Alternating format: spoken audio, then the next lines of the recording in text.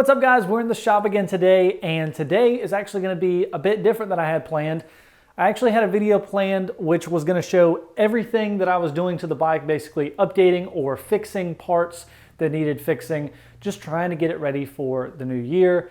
Through making that video, I realized that it was just going to be way too long and way too boring. It was a good amount of information in there, to be fair, but it was just going to be boring. So today's going to be more of an update video, and then I'll show some clips along the way where I had worked on it. So to get started, the first thing that I did, as well as probably the biggest improvement to me, is going to be changing out the cam and ECU setup. So the cam I had in here is the T-bolt cam. That's basically built for top end. I highly recommend it for people that don't do stunting and that are trying to get the most out of their Grom or out of their 125cc. It definitely opened up the top end, and I was just rolling away from my friends. So definitely recommend that to most people that don't stunt. But for stunting, I did have some issues, mainly with bogging down low. Down in the low RPMs, the cam just does not have, or really the motor can't push the cam, I guess is the right way to put it. But down low, it would definitely bog. So trying to learn circles, I was having some issues, as well as just small issues when doing slower wheelies. So I went ahead and put the stock cam back in the bike. I'm trying that out now. I definitely haven't rode it a whole lot, maybe 50 miles, but so far I'm loving it.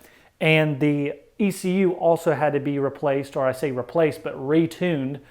So this time I went ahead and got it retuned by CJR Performance, which I actually have a card right here. It's Cameron Jones is his name. Highly recommend him. I haven't definitely rode it a lot. I plan on coming out with a video later on, kind of going over more about the ECU and its performance. But I was given his name by Dinger, which is the guy who makes my intakes and exhausts and stuff like that, which I also recommend. But he basically said that he is really good at doing the ECU tunes and stuff. So I took his word on it. So far, like I said, 50 miles in, and I'm really, really impressed. Definitely can tell the top end power is not there as much as it was before, but the acceleration as well as low end power is definitely there. And that's just the cam, that's not really the tune. But from what I can tell so far, it's a very, very linear power band. I don't feel any stuttering or any issues that have come along. So far I'm really happy with it. Also, something I did forget to mention is with that new tune, I will now be running 93 octane gas. I've always recommended and really still recommend that for a stock Grom ECU, 87 is where you want to be. It's tuned for 87, it's going to run better. 93 is just going to basically burn through gas faster. But this new tune is now tuned for 91, which we don't have 91 around here. So I'm going to be running 93 from now on. So kind of a heads up if you've oh man, you said run 87 and now you're running 93. This is why. It's because of the new tune that's actually tuned for it. Again, just kind of trying to keep you guys updated, because you guys might see this in a video that comes later, me pumping up with 93, and I've said in so many videos now to use 87. The next thing I did is I got rid of the heated grip setup. With the heated grip setup, I did that in a previous video just a couple weeks ago. The stator cannot keep up with the heated grips, and basically the battery goes dead. So I just took those off, and I was planning on using them on my FZ07, but they basically ripped all apart and they were not reusable. So I just don't have heated grips anymore. Kind of an update there as well. Again, I do not recommend these heated grips for a Grom. If I recommend them for anybody, it's going to be for a dual sport bike with hand guards, because the hand guards are going to stop the backside of your fingers from getting cold, and then the grips are going to keep your hands warm. But for most people that have the open style where the wind's just going to hit your fingers, it didn't make a big difference at all. So I've actually got to look at my bike a little bit to try to remember what the heck I did. One thing I know I did is I went ahead and changed out the front axle slider. They've really served me well, but over time it just eventually went out and I had to replace that. So that was just an easy fix. Basically contacted the company and said it broke and got some new ones. So that was pretty much it. I'm trying to think of what else I did to the bike.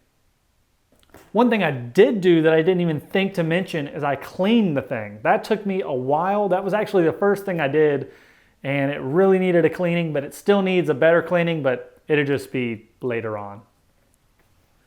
So as I walk around the bike, one thing that I did just think of that I did do is I went ahead and changed out the spark plug. I went one step colder on it. I'm not gonna act like I know everything that means or anything like that, but I did go one step colder on the spark plug because basically Dingerbelt told me to do that. I'm not gonna act like I know everything because I just don't know anything about that, but he said that he would do that, so I went ahead and did that. As well as while I'm talking about the spark plug, I did take out the spark plug and do a compression test to see what it would get.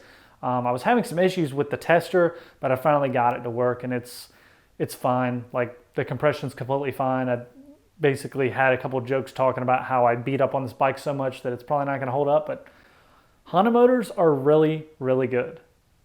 Anyways, I think that's gonna be it for the update video. I can't really think of anything else that I did.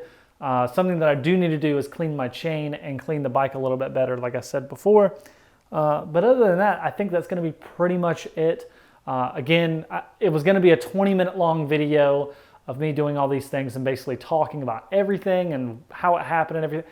You don't need to know that. It was just going to be a boring video, so just make it nice, short and sweet, kind of an update video. So hopefully you guys appreciate that I don't come out with some boring 20-minute long video. Instead, I come out with boring 5-minute long videos, if that's how long this is. Anyways, I'll see you guys next week, and probably more adventures to come. Definitely going off-roading at that off-road spot that you guys saw in the previous weeks. So anyways, see you guys next time.